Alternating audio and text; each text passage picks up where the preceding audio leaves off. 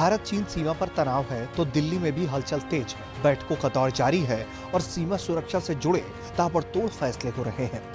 देश के रक्षा मंत्री राजनाथ सिंह लगातार सीमा के हालात को देखते हुए बैठक कर रहे हैं। दिल्ली में एक बार फिर तीनों सेना प्रमुखों सीडीएस बिपिन रावत और रक्षा मंत्री राजनाथ सिंह की बैठक हुई। इस बैठक में सीमा के मौजूदा हालातों पर चर्चा हुई और आगे कैसे ड्रैगन के साथ भारत को निपटना है, इसको लेकर भी मंथन किया गया। इस मंथन से ये बात सामने आई कि अगर लाइन ऑफ एक्चुअल कंट्रोल पर चीन की कोई गलती हुई तो अब उसे गलती बहुत भारी पड़ सकती है। ऐसा इसलिए क्योंकि रक्षा मंत्री ने सेना को फ्री हैंड दिया है। सेना को स्थिति के मुताबिक एक्शन लेने की पूरी छूट पहले भी दी गई थी, लेकिन अब राजनाथ सिंह ने साफ कह दिया है, चीन की सेना की हर हरकत का जवाब भारत देने को तैयार है।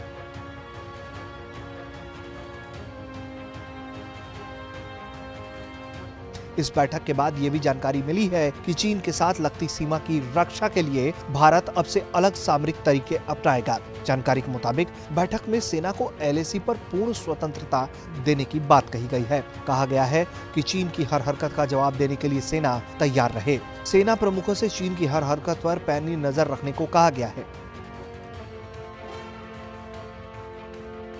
रक्षा मंत्री राजनाथ सिंह ने शीर्ष सैन्य अधिकारियों को जमीनी सीमा, हवाई क्षेत्र और रणनीतिक समुद्री मार्गों में चीन की गतिविधियों पर कड़ी नजर रखने का निर्देश भी दिया है। सीडीएस और सभी तीनों सेना प्रमुखों ने बैठक में सीमा की स्थिति और सैन्य तैयारियों की चर्चा की।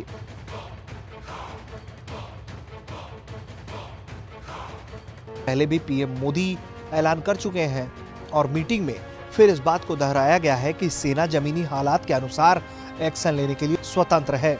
इससे पहले भी चीन से निपटने के लिए कई नीतियां बदली गई थी।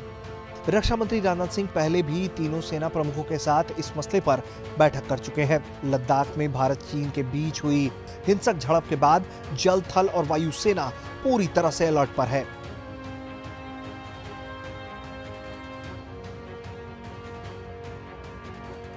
तीनों सेनाओं को अलर्ट पर रहने का फैसला रक्षा मंत्री Rajnath Singh, chief of army defence general Bipin Rawat, तीनों सेना प्रमुखों की हुई बैठक में 18 जून को लिया गया था।